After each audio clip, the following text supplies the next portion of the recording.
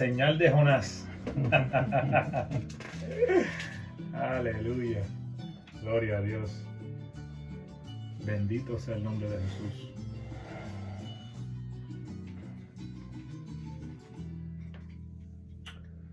A su nombre. Gloria, gloria, gloria a Dios. Santo eres Jesús. Te alabamos, Señor. Bendito sea tu nombre. Gloria a Dios. Buenas noches a todos los amados oyentes, amigos, hermanos que nos escuchan. Bienvenido a nuestro tercer programa radial vía internet. Quiero darle la gracia a Dios por esta oportunidad de predicar su palabra. Un privilegio que no merezco, pero por su gran amor y misericordia aquí estoy en pies. Aunque no ha sido fácil, algo camino me resta, pero sé que la obra que empezó en mí la irá perfeccionando hasta la venida de nuestro Señor Jesucristo. Aleluya, gloria a Dios. Para los que no me conocen, mi nombre es Luis Santos, pertenezco a la Iglesia Pentecostal MI de la Familia con mi pastor Luis Sierra y su amada esposa Seida Sierra. Estamos localizados en el 181 de la Barclay Street, Patterson, New Jersey. Si no tienen a dónde congregarse o solo quieren visitar, aquí te recibiremos con los brazos abiertos. Gloria a Dios. Santo Jesús. Wide Open Hands es una organización sin fines de lucro que se centra en el Evangelio de Jesucristo. Somos un equipo de hermanos con corazones abiertos y manos liberalmente abiertas. Nuestra misión es difundir las buenas nuevas de salvación a través de un ministerio de amor, servicio y caridad. Síguenos en Instagram, w.o.h_org, para ver nuestros próximos eventos y noticias. Suscríbete a nuestra página de YouTube, Wide Open Hands, para que escuchen todos los mensajes que no pudieron escuchar en vivo. Solicita oración, háganos una pregunta o comparte un testimonio a través del WhatsApp. Gloria a Dios. Damos las gracias, Señor, por esta oportunidad, Padre. Quiero leer un versículo o varios versículos antes de darle la parte a mi hermano querido Jonás. Se encuentra en Lucas capítulo 11. Gloria a Dios. Lucas capítulo 11, versículo del 37 en adelante. Me voy a dar unos segunditos para aquellos que recién se sintonaron. Abrir sus Biblias a Lucas capítulo 11, versículo 37 en adelante. La palabra se lee en el nombre del Padre, del Hijo y del Espíritu Santo. Amén. Luego que hubo hablado, le rogó un fariseo que comiese con él, y entrando Jesús en la casa se sentó a la mesa. El fariseo, cuando lo vio, se extrañó de que no se hubiese lavado antes de comer. Pero el Señor le dijo: ahora bien, vosotros los fariseos limpiáis lo de afuera del vaso y del plato, pero por dentro estáis llenos de rapacidad y de maldad. Necios, el que hizo lo de afuera, ¿no hizo también lo de adentro? Pero dad limosna de lo que tenéis, y entonces todos os será limpio. Mas hay de vosotros, fariseos, que diezmáis la menta y la ruda y toda hortaliza, y pasáis por alto la justicia y el amor de Dios. Esto os era necesario hacer sin dejar aquello. Ah de vosotros, fariseos, que amáis las primeras sillas en las sinagogas y las salutaciones en las plazas. Ay de vosotros, escribas y fariseos hipócritas, que sois como sepulcros que no se ven, y los hombres que andan encima no lo saben. Respondiendo uno de los intérpretes de la ley, le dijo: Maestro, cuando dices esto, también nos afrentas a nosotros. Él le dijo: Ah de vosotros también, intérpretes de la ley, porque cargáis a los hombres con cargas que no pueden llevar, pero vosotros ni aun con un dedo la tocáis. Ah de vosotros que edificáis los sepulcros de los profetas a quienes mataron vuestros padres, de modo que sois testigos y consentidores de los hechos de vuestros padres, porque a la verdad ellos los mataron y vosotros edificáis sus sepulcros. Por eso la sabiduría de Dios también dijo: les enviaré profetas y apóstoles, y de ellos a unos matarán y a otros perseguirán, para que se demande de esta generación la sangre de todos los profetas, que se ha derramado desde la fundación del mundo, desde la sangre de Abel hasta la sangre de Zacarías, que murió entre el altar y el templo. Sí, os digo que será demandada de esta generación. De vosotros, intérpretes de la ley, porque habéis quitado la llave de la ciencia. Vosotros mismos no entrasteis, y a los que entraban se lo impidisteis, diciéndoles él estas cosas. Los escribas y los fariseos comenzaron a estrecharle en gran manera y a provocarle a que hablase de muchas cosas, acechándole y procurando cazar alguna palabra de su boca para acusarle. Gloria a Dios, Santo Jesús. Así que con esa palabra, sin más preámbulo, con nosotros el hermano Jonás Galva Lapi. Dios bendiga a cada uno de los hermanos que nos sintonizan en esta hora. Dios bendiga a mi hermano Luis, a quien amo, y agradezco primeramente a Dios y a mi hermano Luis, quien dirige este precioso ministerio, por la oportunidad que nos da de venir a ministrar la santa y bendita palabra de Dios. Antes de comenzar, me gustaría hacer una oración para ponernos una vez más en las manos del Señor. Señor, te damos gracias en esta hora porque tú preparaste este momento con un objetivo, y es que tu nombre sea glorificado. Señor, existen tradiciones, pero también existe la doctrina, que significa instrucción, la que tú estableciste en tu santa y bendita palabra. Ayúdame a hablar conforme a lo establecido en tu palabra y no conforme a lo que yo crea, sin una base bíblica, en el nombre de Jesús. Amén y amén. Una vez más, Dios bendiga a cada uno de los hermanos que nos sintonizan en esta hora y los que nos verán también de una forma diferida cuando este espacio en esta noche se acabe. Hoy tenemos un tema que es un tema controversial, es un tema de los más controversiales en lo que es el evangelio, y es acerca del diezmo. Me pidieron el hermano acerca de este tema traer una reflexión, traer un estudio, y le quise poner un título, y el título es una pregunta retórica: ¿diezmo obligatorio en el nuevo pacto?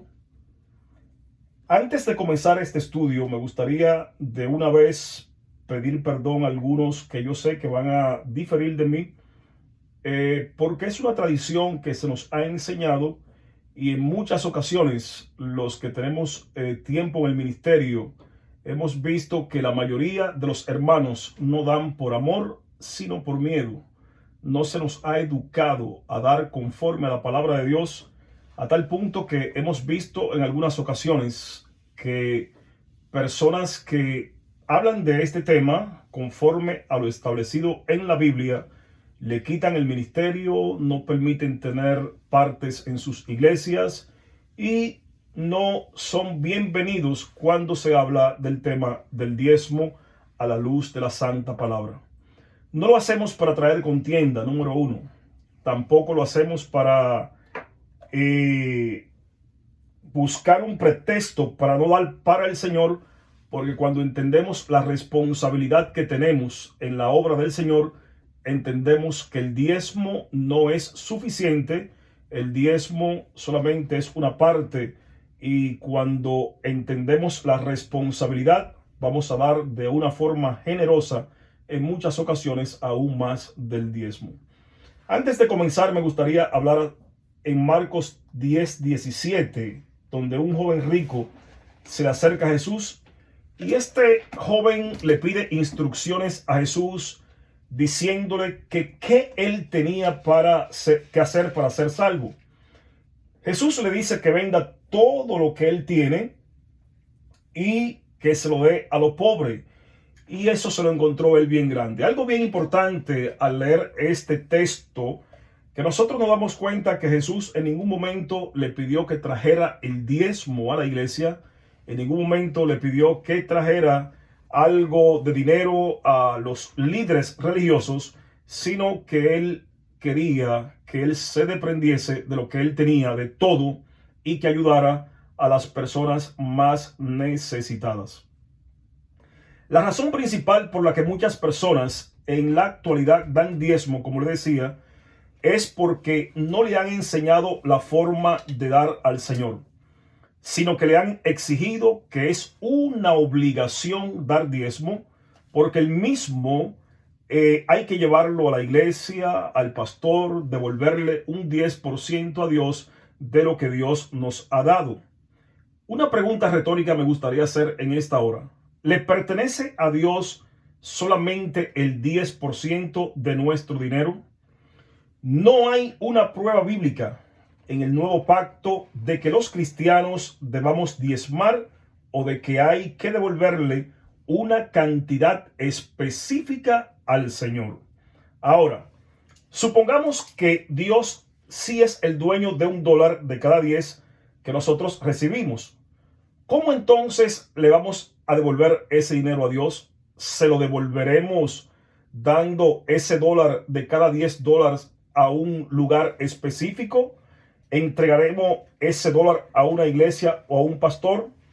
Debemos de entender que Dios es el dueño no solamente de ese 10%, sino que Dios es el dueño del 100% de lo que nosotros tenemos, y nosotros simplemente somos administradores de las bendiciones que Dios nos ha dado.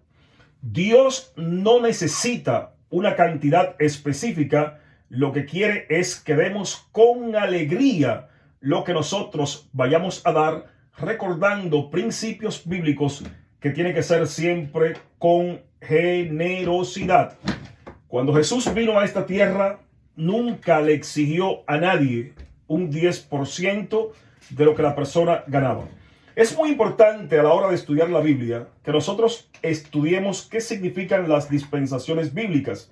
Y conocemos la dispensación de la inocencia, conocemos la dispensación de la conciencia, conocemos la dispensación del gobierno humano, conocemos también la del pacto, la de la ley y la número 6 que vivimos en el presente, que es la dispensación llamada gracia. ¿Qué significa favor inmerecido? Un favor que yo no merezco. A la hora de nosotros estudiar la santa y bendita palabra de Dios, debemos ubicarnos en el contexto en que Dios escribió, o que alguien que en teología se llama ageógrafo recibió la revelación de parte de Dios para plasmar en su santa y bendita palabra lo que Dios quería transmitir al pueblo. Por lo tanto, nosotros encontramos un diezmo en la ley. Quizás muchos de los que me van a escuchar me van a decir, pero es que el diezmo es antes de la ley. Y le voy a decir, sí, es antes de la ley, porque el mismo Abraham diezmó al Señor. Ahora, ¿diezmó Abraham de una forma de rutina o lo hizo de una forma espontánea una sola vez? Y después que él se encuentra con este personaje, símbolo de Cristo en el antiguo pacto llamado Melquisedec, ¿siguió Abraham diezmando? Voy a tomar el contexto o la historia de Abraham, porque Abraham dio el diezmo en ese momento para traerlo como una doctrina en el presente. Quizás muchos van a decir que el diezmo fue antes de la ley, y como el diezmo fue antes de la ley, hay que seguir diezmando. Si hago eso, lo estoy haciendo de una forma irresponsable, o si enseño de esa manera, porque también tenemos que el sábado, el día de reposo, fue antes de la ley, y si yo voy a tener que diezmar porque fue antes de la ley, también tendría que seguir guardando el día de reposo porque también fue antes de la ley. Por eso es que leemos en Colosenses capítulo 2, versículo 14 hasta el 17, donde dice que anulando el acta de los decretos que había en contra de nosotros, nos era contraria, la quitó de en medio, la clavó en la cruz del Calvario, y despojando a principados, a potestades, los exhibió públicamente, triunfando sobre ellos en la cruz. Por tanto, que nadie nos juzgue en cuanto a bebida, en cuanto a comida, en cuanto a luna nueva o días de reposo, porque todo eso era sombra de lo que tenía que venir. El diezmo en el Antiguo Testamento. Abraham dio 1/10 del botín de guerra a Melquisedec, según Génesis capítulo 14, versículo 20. Y en Hebreos encontramos el autor que apela a este relato para respaldar la superioridad del sacerdocio de Melquisedec sobre Leví, según Hebreos capítulo 4, versículo 10. Dios salió al encuentro de Jacob en Betel y le prometió bendiciones de pacto. El patriarca le prometió a Dios de forma voluntaria la 10ª parte de todo lo que le fue concedido, según Génesis capítulo 28, versículo 22. 1/10 de la semilla, el fruto y las ovejas de Israel eran dadas al Señor, según lo encontramos en Levítico capítulo 27, versículo 30 hasta el 32, Deuteronomio 14, 22 hasta el 24, Segunda Crónicas 31, 5 hasta el 6 y Nehemías 13, 5 y 12. El pueblo daba 1/10 ¿a quién? A los levitas. 1/10 a los levitas. ¿Para qué? Para su mantenimiento, porque a la hora de la distribución de las tierras, los levitas no recibieron heredad, sino que iban a recibir el sustento del diezmo que las otras tribus le iban a dar. Y eso lo vemos en Nehemías, lo encontramos en Número capítulo 18 y otros tantos textos que podemos respaldar con la santa y bendita palabra del Señor. Aquellos que no diezmaron fueron amenazados en el antiguo pacto con una maldición, mientras que aquellos que diezmaron se le prometió una bendición. Me gustaría usted que está ahí escuchando esta reflexión, abriera su Biblia en Malaquías capítulo 3, versículo 7 hasta el 11. Malaquías 3, 7 hasta el 11. Dice: desde los días de vuestros padres os habéis apartado de mis leyes y no las guardasteis. Volveos a mí y yo me volveré a vosotros, ha dicho Jehová de los ejércitos. Mas dijisteis: ¿en qué hemos de volvernos? ¿Robará el hombre a Dios? Pues vosotros me habéis robado. Y dijisteis: ¿en qué te hemos robado? En vuestros diezmos y ofrendas.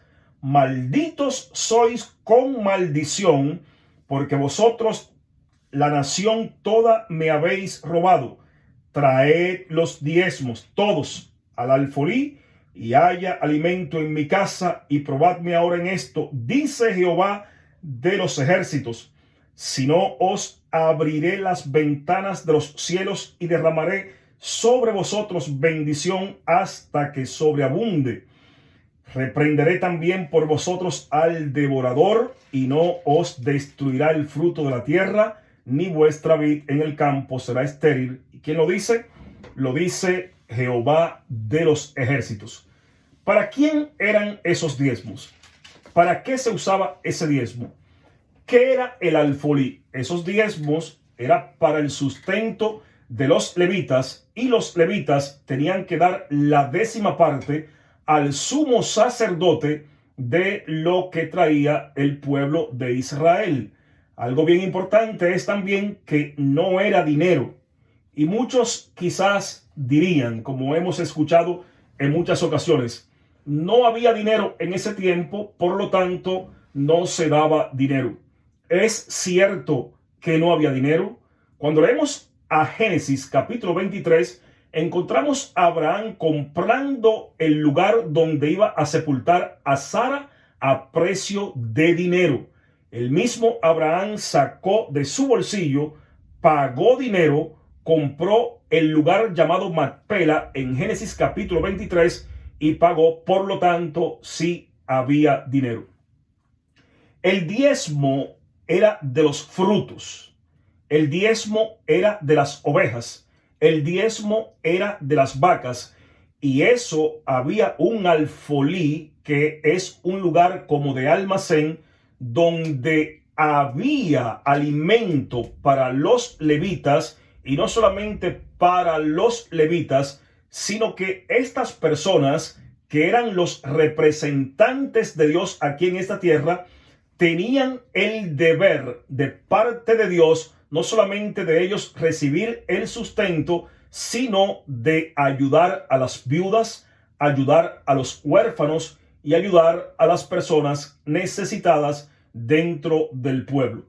Me llama la atención en el presente que los diezmos muchas veces lo usamos para nosotros acumular dinero en el banco, lo usamos para nosotros construir edificios, y no está mal, no está mal, pero la prioridad de lo que nosotros recibimos del Señor es para que nosotros ayudemos a las personas más necesitadas. Algo bien importante que nosotros también vemos, que ese diezmo era entregado a los levitas, a los sacerdotes. Sin embargo, en el presente no existen sacerdotes o levitas de la manera que existían en el antiguo pacto. Si nosotros vamos a la Biblia, algo muy claro es que nosotros los cristianos, Dios nos ha hecho sacerdotes a través del nuevo pacto, a través de la sangre que Jesucristo derramó en la cruz del Calvario. ¿Por qué usted y yo hoy en día somos los sacerdotes? Porque en el orden levítico, el sacerdote era el intermediario entre Dios y el pueblo. Para que el pueblo recibiera los beneficios de Dios, tenía que haber un representante que intermediara. Ahora, el velo del templo se rasga en dos, y nosotros ahora tenemos acceso directamente al lugar santísimo. Por lo tanto, nosotros hoy en día somos los sacerdotes que nosotros encontramos en el antiguo pacto, porque la misma palabra nos enseña que era una sombra de lo que tenía que venir. Por lo tanto, si en el antiguo pacto los sacerdotes y los levitas eran los que recibían el diezmo, y el diezmo fuera una obligación en el presente, yo como sacerdote también merezco el diezmo. Porque aquí estoy viendo, según 1 de Pedro 2:9, donde nos dice: mas vosotros sois linaje escogido, real sacerdocio, nación santa, pueblo adquirido por Dios, para que anunciéis las virtudes de aquel que os llamó de las tinieblas a la luz admirable. O sea que cada creyente es un sacerdote real. Nosotros hemos reemplazado a los sacerdotes y a los levitas del antiguo pacto. ¿Por qué el diezmo no es requerido hoy de la forma que nos lo han impuesto como una imposición? Hay razones decisivas para decir que los cristianos que vivimos bajo el nuevo pacto no estamos obligados a hacerlo o a diezmar de la forma que nos lo han enseñado. Al principio de la reflexión del estudio, decíamos que vemos personas líderes que le dicen a creyentes en sus iglesias: tú no puedes participar en el liderazgo de la iglesia porque tú no diezmas.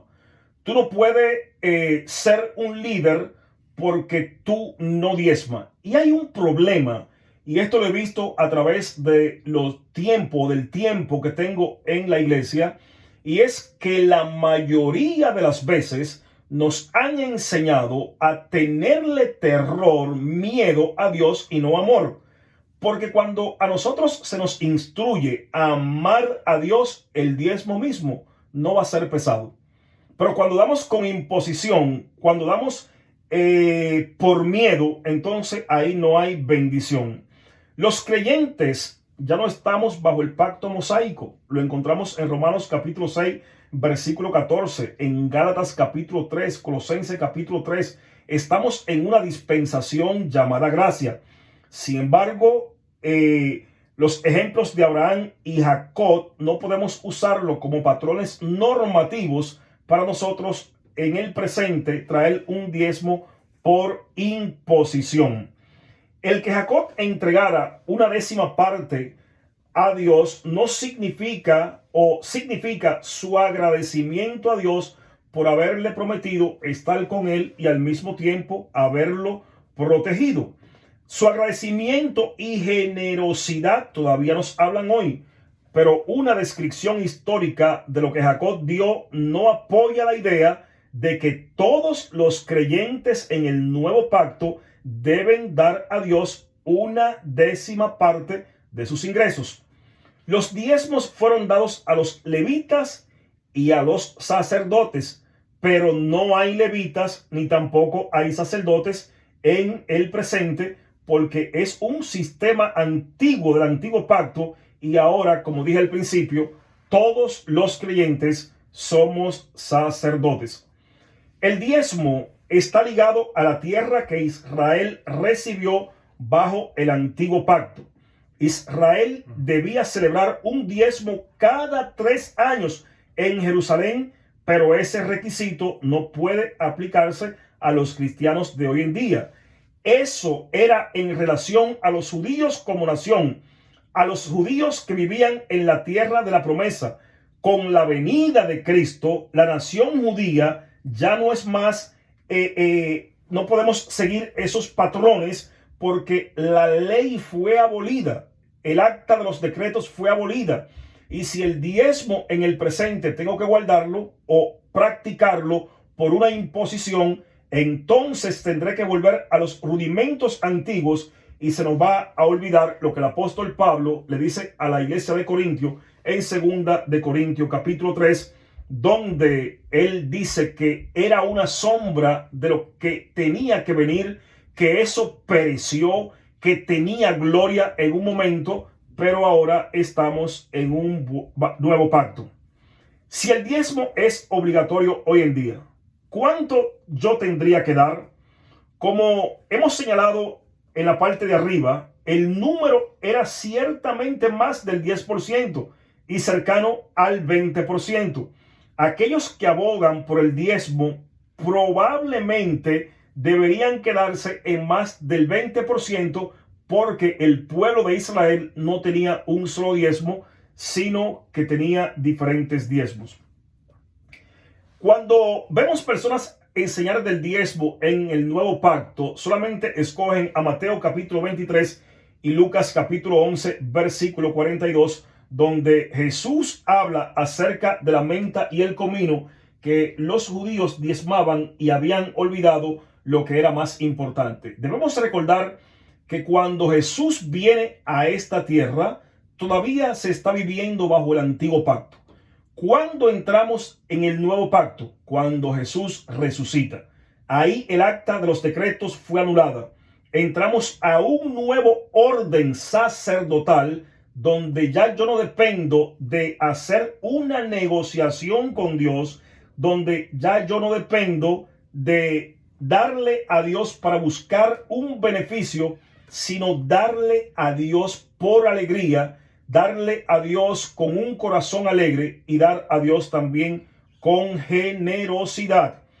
Jesús habló acerca de los sacrificios y del diezmo antes de la cruz y la resurrección, antes del comienzo del nuevo pacto. Él usó el diezmo y los sacrificios como ilustraciones cuando se dirigía a sus contemporáneos.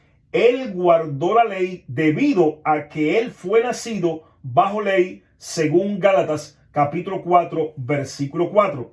Pero no podemos en el presente tomar sus palabras que aprueban el diezmo hoy en día más de lo que podemos tomarlas como que aprueban a ofrecer sacrificios. Ni el diezmo, ni los sacrificios, ni las 614 leyes judías es una obligación, porque Jesús vino y resumió los mandamientos.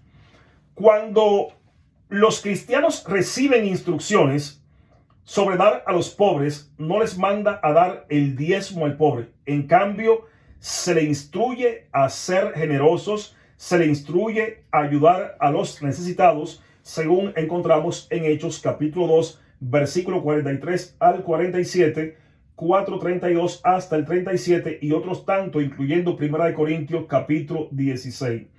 Por ejemplo, 1 Corintios 16:1, un pasaje que a menudo es citado en círculos populares como respaldándolo, no menciona el diezmo.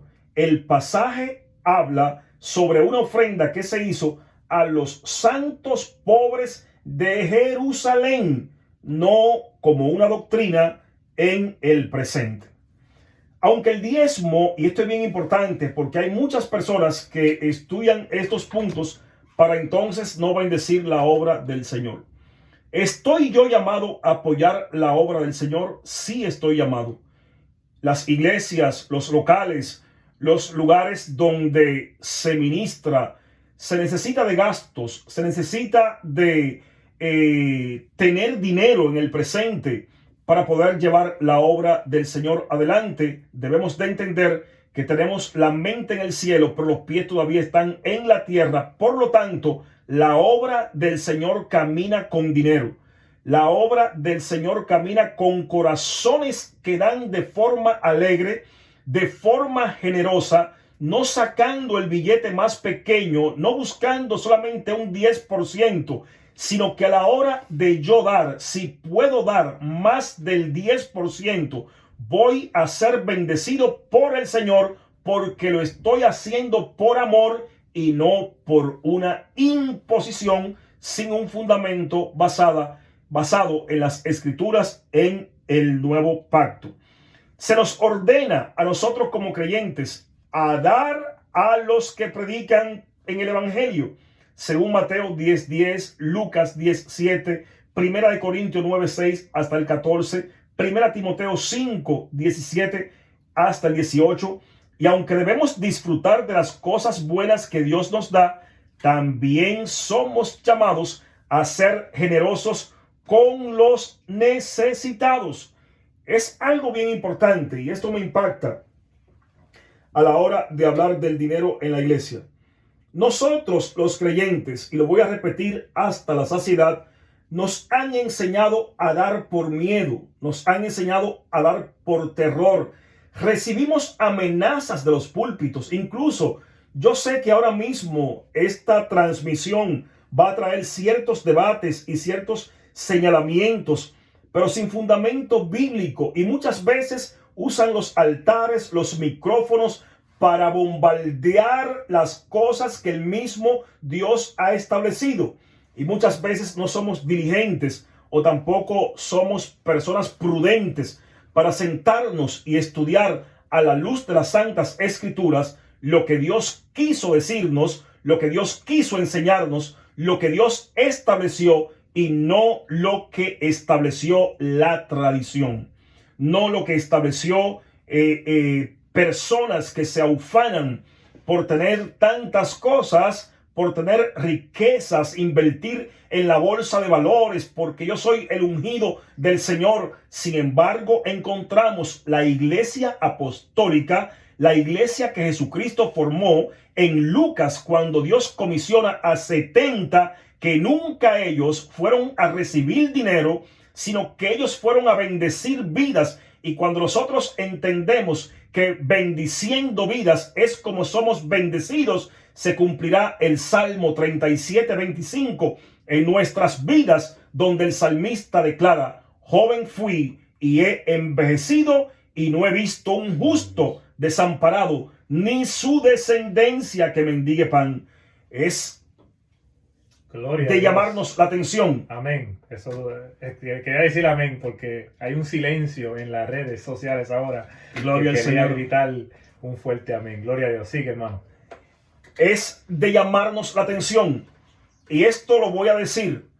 Nuestras experiencias, el sueño que me soñé, lo que yo siento, lo que me contaron, no está por encima de lo que Dios estableció en su santa y bendita palabra.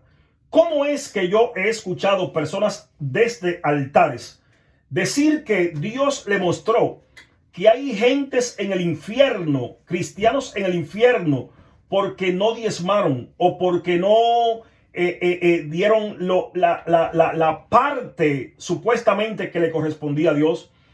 Mis experiencias y mis sueños no pueden estar por encima de la palabra de Dios. Y otro punto bien importante, que muchas veces nos han enseñado a darle a Dios para negociar con Dios.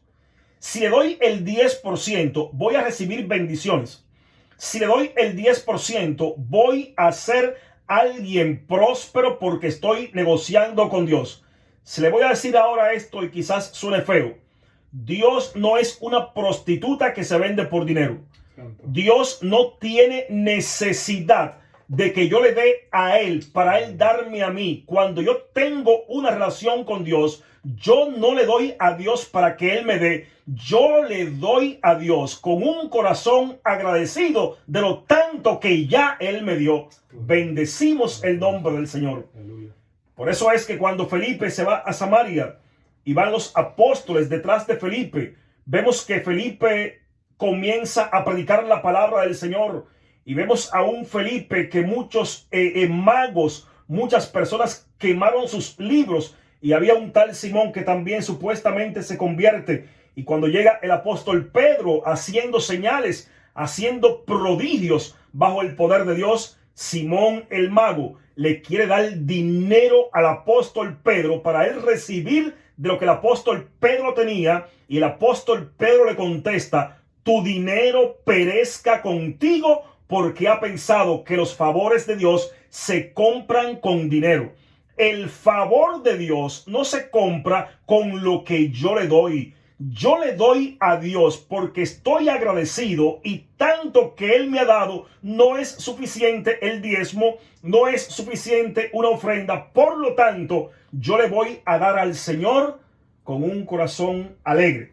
Hemos sido condenados con una tarea enorme.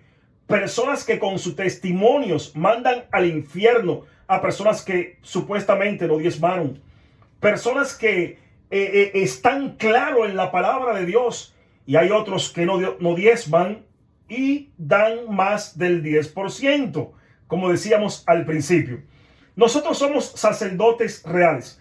¿Cuál es nuestra tarea en el presente?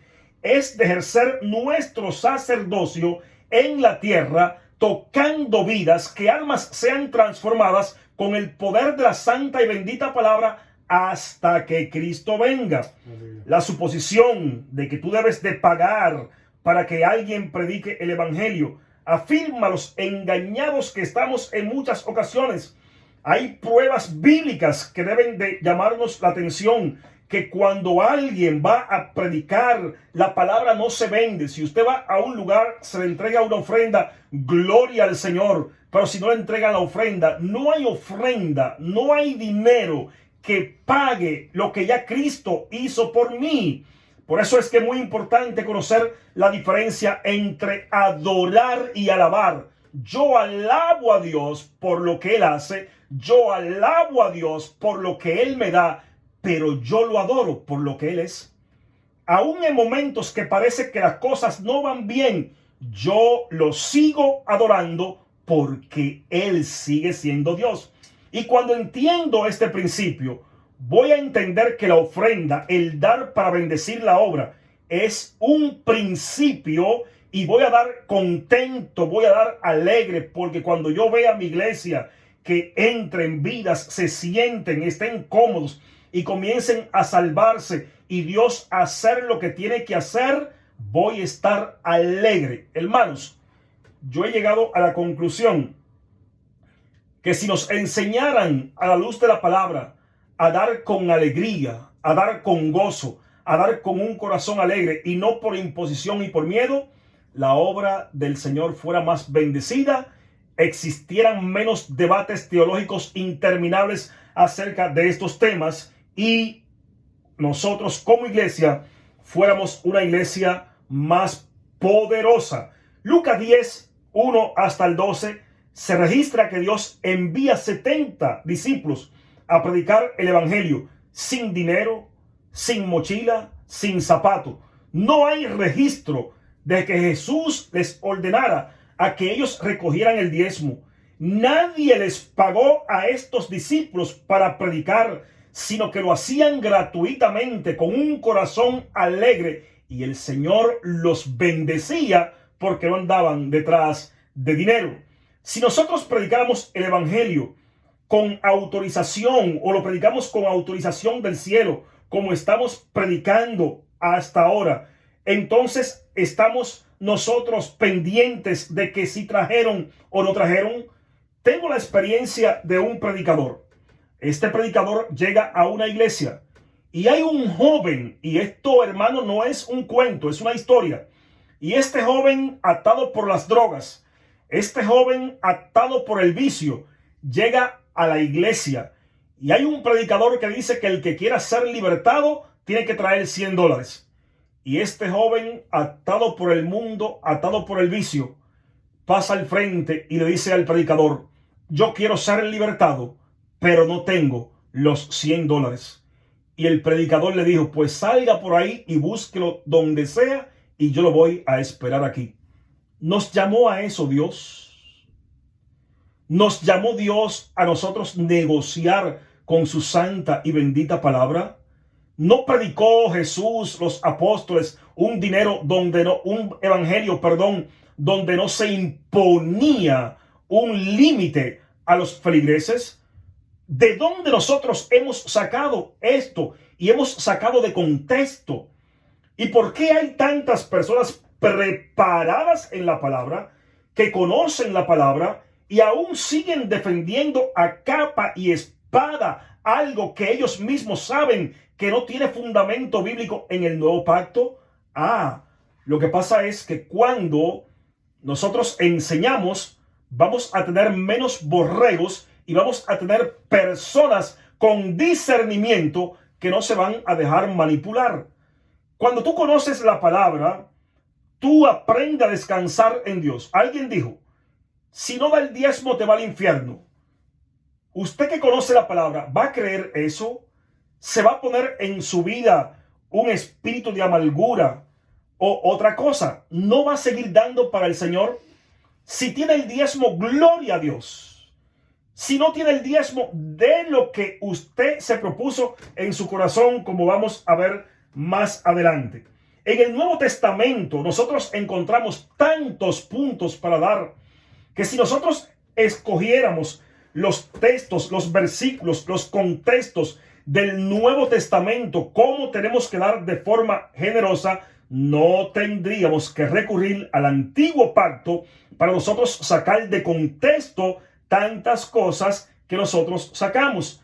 En la nueva administración de la gracia, si nosotros la estudiamos en el nuevo pacto, un ejemplo, comenzando desde 2 de Corintios, vemos que hay formas de dar, hay formas de bendecir la obra, hay formas. Un ejemplo, Corintios 8, versículo 1, 2 de Corintios, dice: asimismo, hermanos, os hacemos saber la gracia de Dios que se ha dado a la iglesia de Macedonia,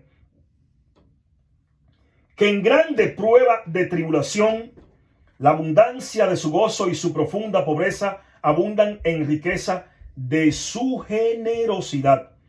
Pues doy testimonio de que con agrado han dado conforme a sus fuerzas.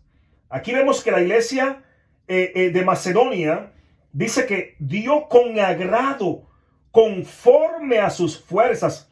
Y oiga lo que dice más: y aún más allá de sus fuerzas, pidiéndonos con muchos ruegos que le concediésemos el privilegio de participar en este servicio para los santos, y no como lo esperábamos, sino que asimismo se dieron primeramente al Señor y luego a nosotros por voluntad de Dios.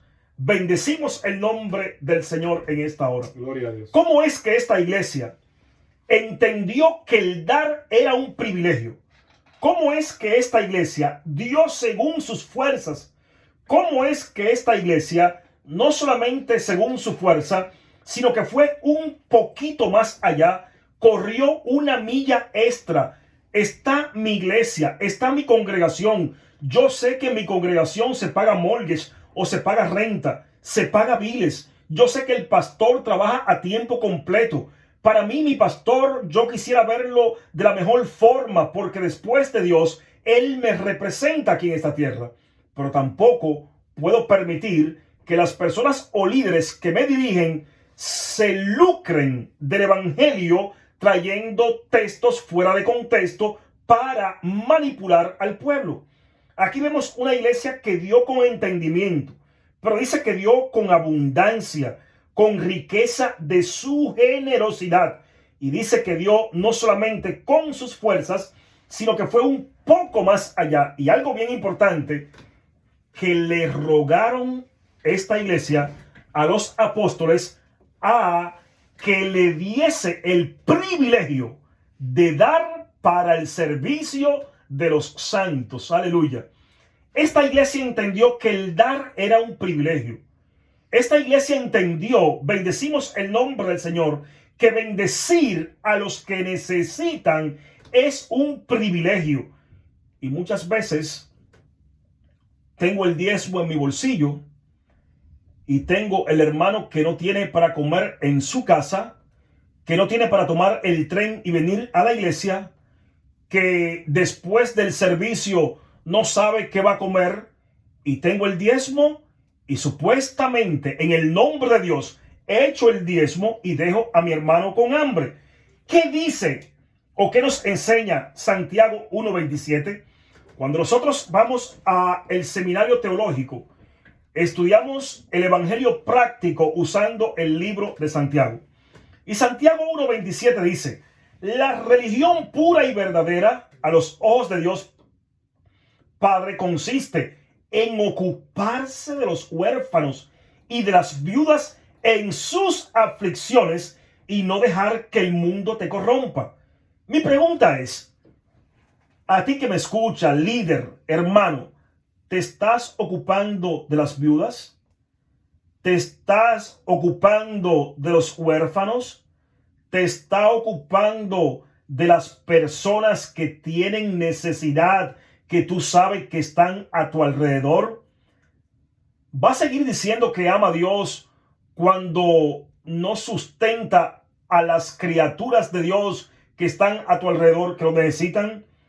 Cuando nosotros entendemos cuál es la religión pura, y vemos muchos que dicen: yo no soy religioso, el Señor reprenda al diablo. No somos religiosos, pero tenemos una religión, porque la palabra religión significa un conjunto de doctrina y enseñanza que un determinado número de personas sigue. Por lo tanto, la palabra doctrina significa instrucción, y nosotros tenemos instrucciones en la santa y bendita palabra de Dios. Por lo tanto, según la Real Academia de la Lengua y según la Biblia en Santiago 1:27, hay una religión que es pura y es verdadera ante los ojos de Dios, y es que yo me ocupe del que tiene necesidad. Aleluya. Pero muchas veces yo estoy ocupado de suplir mis caprichos, de competir quién tiene el templo más grande, de competir cuál tiene más luces, de competir cuál es el que más mejor se expresa.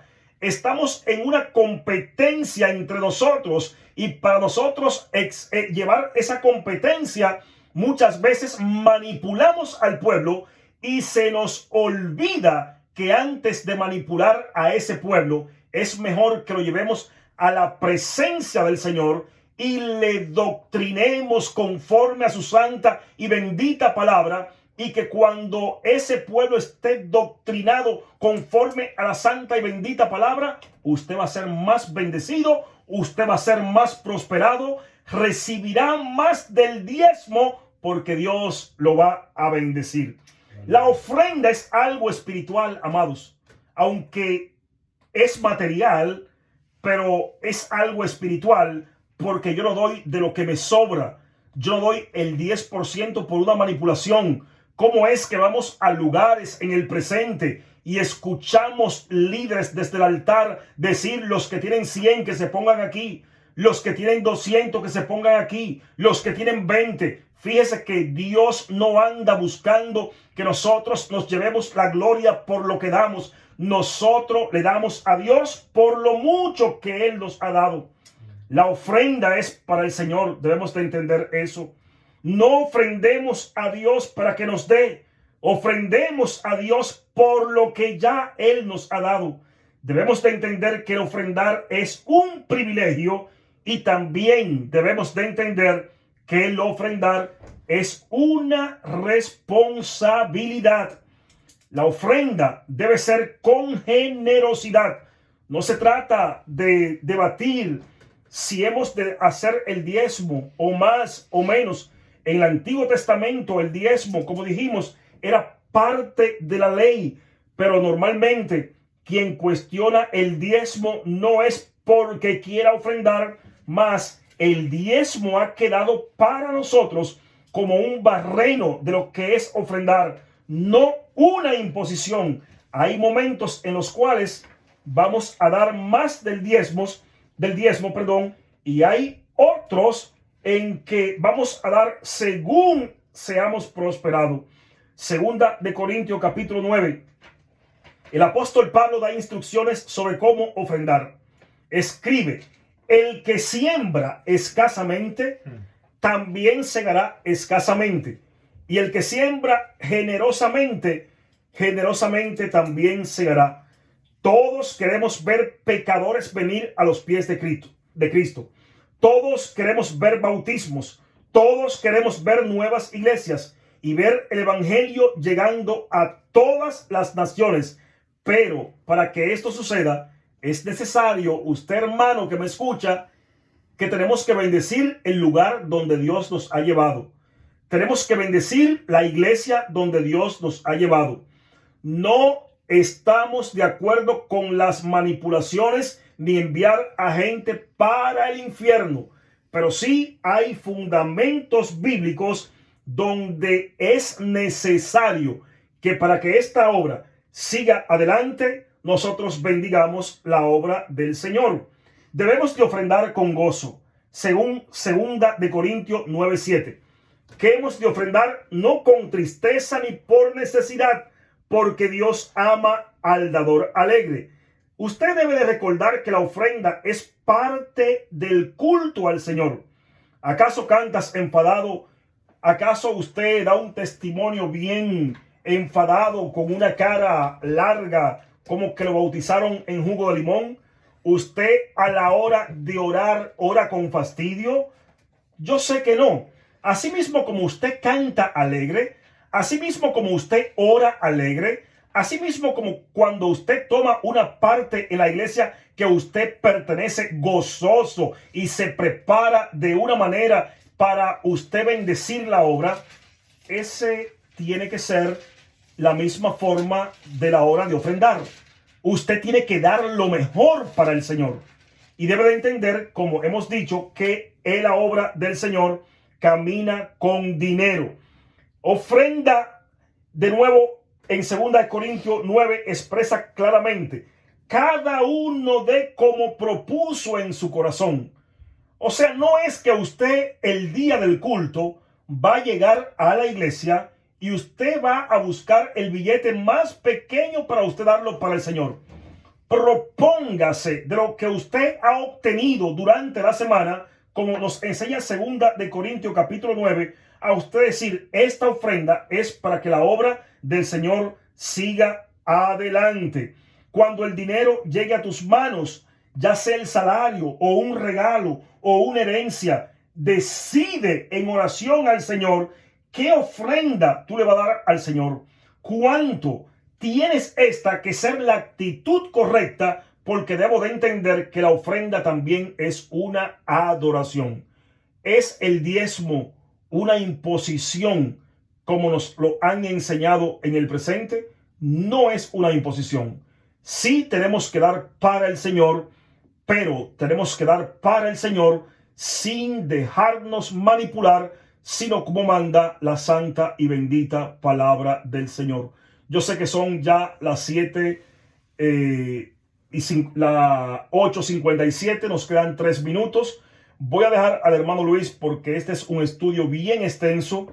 Quizás en otra oportunidad volvamos y demos una segunda parte. Pero como dije al principio, quiero bendecir su vida. Usted que nos ha escuchado, que nos ha sintonizado y que luego quizás nos verá de una forma diferida.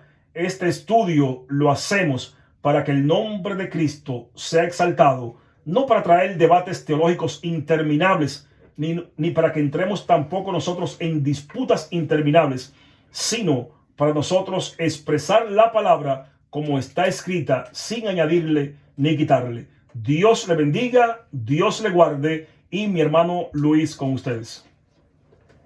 Gloria a Dios, aleluya. Bendito sea tu nombre.